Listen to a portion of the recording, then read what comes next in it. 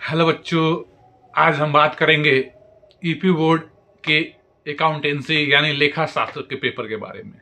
और हम इस वीडियो में जानेंगे कि ईपी बोर्ड में अकाउंटेंसी में कौन कौन से क्वेश्चन इंपॉर्टेंट है। और मैंने जैसे पिछले दो वीडियो में आपको बताया है कि बिजनेस स्टडीज और बिजनेस इकोनॉमिक्स में कैसे कैसे क्वेश्चन आएंगे, और मैंने उन्हीं क्वेश्चन को बताया है जो वेरी वेरी इंपॉर्टेंट है। ठीक उसी प्रकार आज मैं अकाउंटेंसी में वही क्वेश्चन बताऊंगा जो बोर्ड परीक्षा में बिल्कुल इंपॉर्टेंट होंगे। यदि आप इस वीडियो को देखते हैं और उन क्वेश्चन को तैयार करते हैं तो आप ईपी बोर्ड में 90 प्लस स्कोर करने से आपको कोई रोक नहीं पाएगा, क्योंकि मैं वही क्वेश्चन बताऊंगा जो प्रीवियस ईयर क्वेश्चन में रिपीट हुए हैं या इस साल आएंगे। तो मैं जो भी क्वेश्चन बताऊंगा उस क्वेश्चन को आपको क्या करना है, तैयार करना है। कैसे तैयार करना है, तो बुक से एक एक क्वेश्चन को तैयार करिए और उस क्वेश्चन को तैयार करके अच्छे से पहले लिखिए। जितना तैयार करके आप लिखेंगे, क्योंकि अल्टीमेटली आपको परीक्षा में क्या करना है, लिखना है। तो मैं एक एक क्वेश्चन करके बताऊंगा और उस क्वेश्चन को आप क्या करेंगे, अपने कॉपी में नोट करेंगे। पहला क्वेश्चन है, साझेदारी फर्म में नए साझेदार के प्रवेश पर लेखांकन बताइए। यानी कि जब कोई नया साझेदार फर्म में प्रवेश करता है तो कौन कौन से लेखांकन प्रक्रियाएं होती हैं। पहला क्वेश्चन ये हो गया।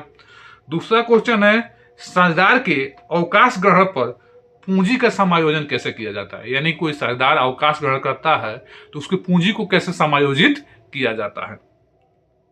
थर्ड क्वेश्चन है, लाभ हानि समायोजन खाता उदाहरण सहित बताइए। यानी कि जो लाभ हानि समायोजन खाता है, profit and loss adjustment account, उसको बताना है आपको। ठीक। चौथा क्वेश्चन है, अंशों के निर्गमन की विधियां बताइए। अंशों के निर्गमन की विधियां बताइए और उसका जर्नल एंट्री लिखिए। यानी कि जब आप शेयर का चैप्टर खोलते हैं तो उसमें जो शेयर रिलेटेड जर्नल एंट्री है वो बताना है और उसकी प्रक्रिया क्या है ये बतानी है।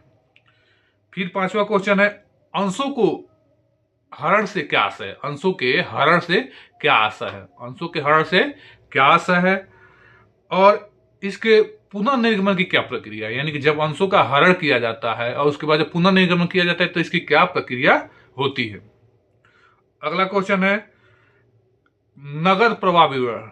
नगद प्रवाह विवरण यानी कैश फ्लो स्टेटमेंट तैयार करने की विधि बताइए। यानी कैश फ्लो स्टेटमेंट कैसे तैयार किया जाता है। फिर क्वेश्चन है, लाभांश के प्रकार तथा उसके विशेषता बताइए। यानी कि लाभांश के प्रकार बताने, क्या बताने, लाभांश के प्रकार, डिविडेंड के प्रकार। फिर है, वित्तीय विवरण विश्लेषण क्या होता है। वित्तीय विवरण विश्लेषण क्या होता है ये बताना है कि वित्तीय विवरण विश्लेषण क्या होता है, और फिर उसको बताना है। ठीक। यानी प्रॉफिट एंड लॉस वाला चैप्टर, स्टेटमेंट वाला और बैलेंस शीट वाला, ये चैप्टर से रिलेटेड क्वेश्चन है।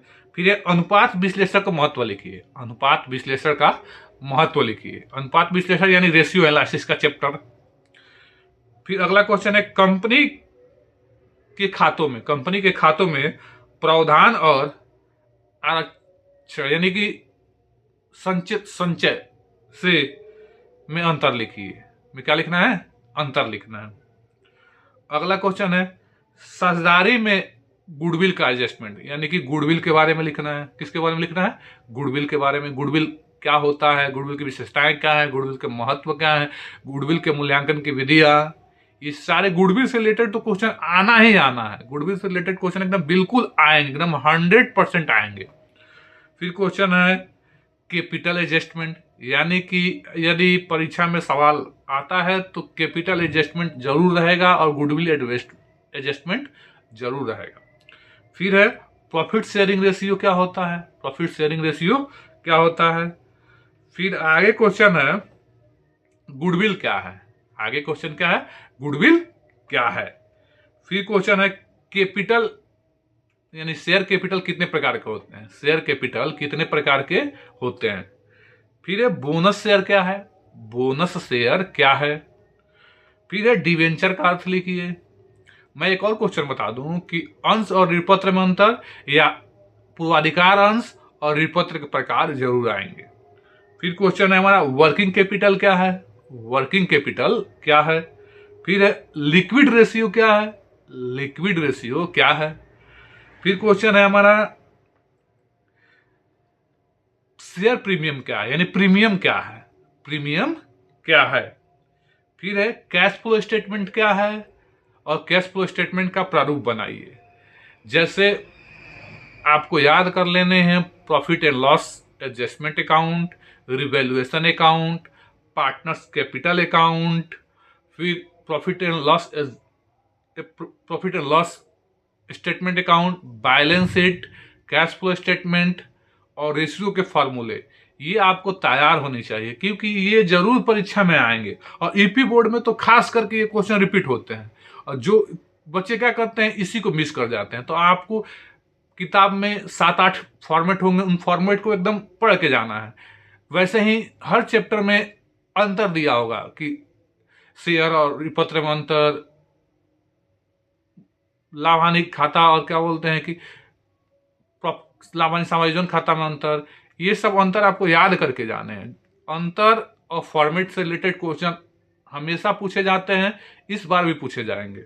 तो आपको क्या करना है, आपको ये सारे क्वेश्चन जो भी मैंने बताया है उसको अच्छे से तैयार करनी है और इन क्वेश्चन को बार बार रिपीट करना है और लिखना है। जितना ज्यादा आप बोर्ड परीक्षा से पहले इन क्वेश्चन को लिखेंगे उतना ही ज्यादा आपको स्कोर करने में आसानी होगी।